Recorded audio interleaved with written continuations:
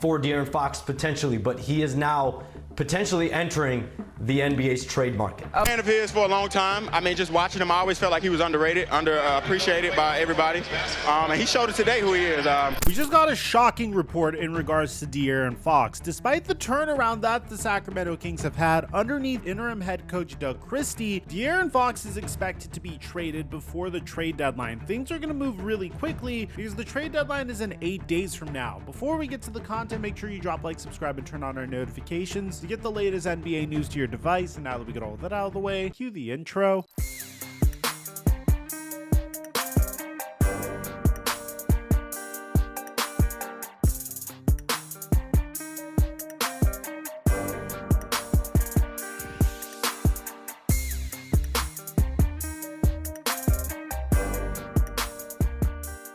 Ever since I've gotten this sponsorship, I've been trying to figure out a way to game the system so I can earn my subscribers money, and I finally did it this past week. And if you don't believe me, I'm going to show you all the messages I've been receiving over the past few days as a result of all the people making money with my picks. I have a model that has exponentially increased our hit rate, and if you don't believe me, just look at my DMs. I mean, people have been blowing up my DMs with all the money they've been making. We made thousands of dollars on PrizePicks this past week, and they're giving us one more free square for the Super Bowl. All Patrick Mahomes needs is one passing yard. I'm going to post my play on my Instagram story at TheFlightMike or Snapchat, FlightMike Snap, once the game gets closer. But use my promo code microphone when you sign up for PrizePicks to get $50 when you make a play of $5 or more. And let's make some money off of this big game.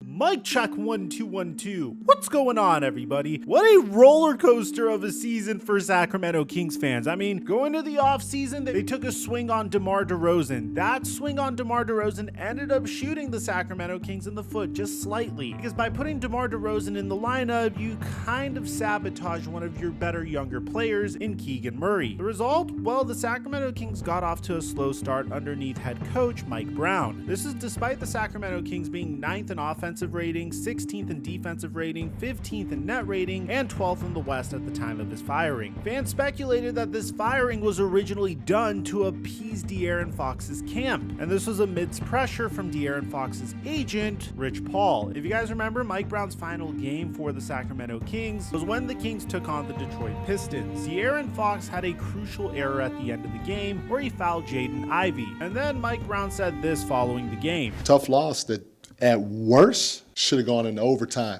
at worst, because there shouldn't have been a closeout to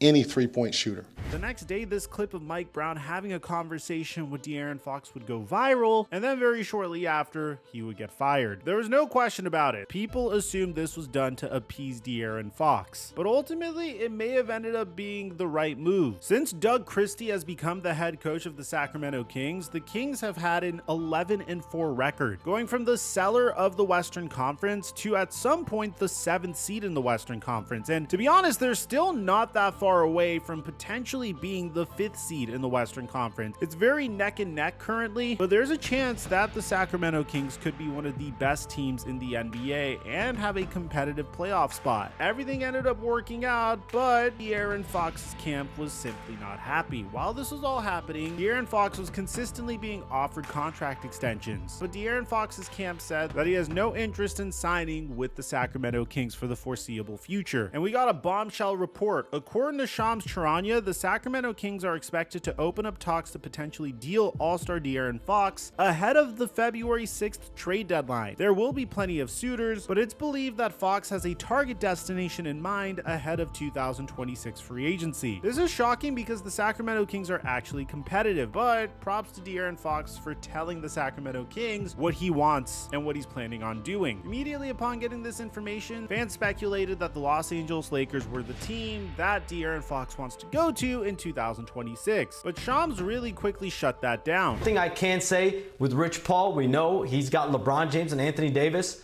on the Lakers. I'm told the Lakers are not part of that destination of choice for De'Aaron Fox potentially, but he is now potentially entering the NBA's trade market. So if the Los Angeles Lakers aren't included in the teams that potentially want De'Aaron Fox, then where would De'Aaron Fox want to sign with in 2026, and where is he potentially going to get traded to? Well, there's one team that comes to mind. Fan of his for a long time. I mean, just watching him, I always felt like he was underrated, underappreciated by everybody. And he showed it today who he is. To me, he's one of the best point guards in the league, and he showed it, man. I was guarding him. He scored on me a whole bunch of times. I got a couple stops, so that's what you love about the game. You know, the best two players on the floor going at each other. So that was fun.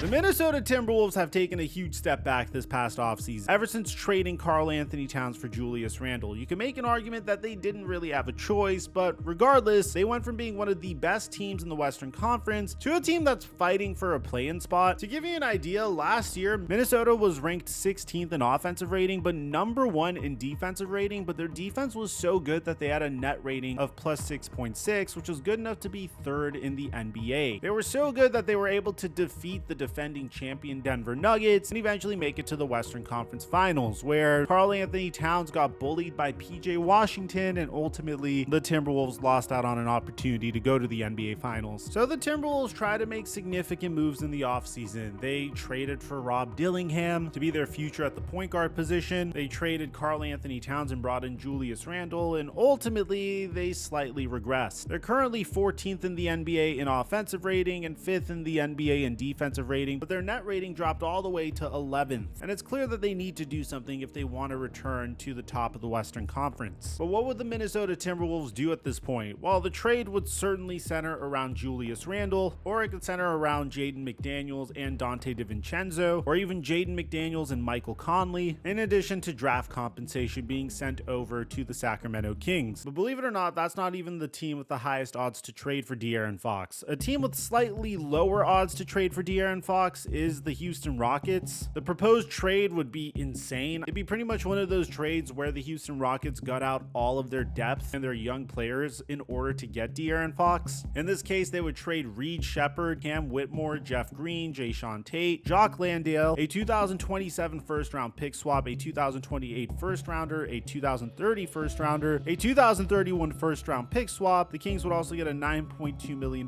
trade exception from De'Aaron Fox and a $2.1 million trade exception from Doug McDermott, as they would send De'Aaron Fox, Trey Lyles, and Doug McDermott to the Houston Rockets. This is a trade that was proposed by Bleacher Report. I personally don't think this is going to happen, primarily because the Houston Rockets are currently in 2nd place in the Western Conference with all of these young players. So cutting out all of your depth and all of your youth in order to get a 3rd star, it does sound attractive on paper, but that's an outdated model in order to build your team in the NBA. At the same time, you can make the argument that Reed Shepherd doesn't get a lot of minutes. Cam Whitmore is a solid small forward, but kind of shrinks the floor. Jeff Green is old, but he's a solid role player. Jayshawn Tate barely gets any minutes as well, and the draft compensation to bring in De'Aaron Fox could push the Houston Rockets to the top. At the same time, the Rockets have said that they're afraid of messing with their team chemistry, so they don't really want to make a trade. But they're currently at a plus 600 to make a trade for De'Aaron Fox, whereas the Timberwolves are at a plus 500. Then we get to the top 2 teams that are most likely to swing a trade for De'Aaron Fox. The San Antonio Spurs have consistently been on this list for me. I've always felt like it's only a matter of time before they swung a trade for De'Aaron Fox. Fans are speculating that the team that De'Aaron Fox wants to go to the most is the San Antonio Spurs, and the San Antonio Spurs have an obscene amount of draft picks. I mean, in 2025, they have 4 first-round picks alone, including the Atlanta Hawks unprotected first-round pick. They have a top 10 protected Chicago Bulls pick and a top 14 protected Charlotte Hornets pick from the DeMar DeRozan trade and the DeJounte Murray trade. In 2026, they have swap rights with the Atlanta Hawks, but they also have their own first-round pick. In 2027, they have the Hawks first-round pick with no protections on it and their own pick. In 2028, they have the Celtics first-round pick. I mean, this is a team that could make a tremendous offer for De'Aaron Fox, giving Victor Wembanyama a point guard and pick and roll partner for years to come. And then finally, the team that has the highest odds to trade for De'Aaron Fox is none other than the Miami Heat, with plus 450 odds to trade for him. Now, fans would automatically assume that a Heat trade would include Jimmy Butler being traded to the Kings and the Miami Heat receiving De'Aaron Fox, but I don't think the Kings would be interested in receiving a 36-year-old Jimmy Butler, especially when they already have DeMar DeRozan and Keegan Murray. In this particular instance, if you're losing a guard, you probably want a young guard. So in this case, I'd expect Tyler Hero, Haywood Highsmith, Nikola Jovic, and a first-round pick to get sent to the Sacramento Kings in return for De'Aaron Fox. Now, could this be enough to solve the Jimmy Butler situation in Miami? Possibly, but I don't expect a Jimmy Butler for De'Aaron Fox trade straight up, particularly because that could complicate things for the Sacramento Kings. Also, the Heat find a third trade partner for Jimmy Butler, and they're currently talking to the Golden State Warriors and Phoenix Suns about trying to trade Jimmy Butler. So this is a huge wild card for the trade deadline. I personally thought that this was going to be a fairly boring trade deadline because all we really had was Jimmy Butler, but it seems like despite the 11-4 record since Mike Brown being fired, De'Aaron Fox still wants out of Sacramento. Let me know in the comment section down below, what do you guys think about this? Who do you think is the most likely team to trade for him? Aside from that, we have an update on Jimmy Butler's situation. I'll leave all that in the end screen. I'm your boy Mike,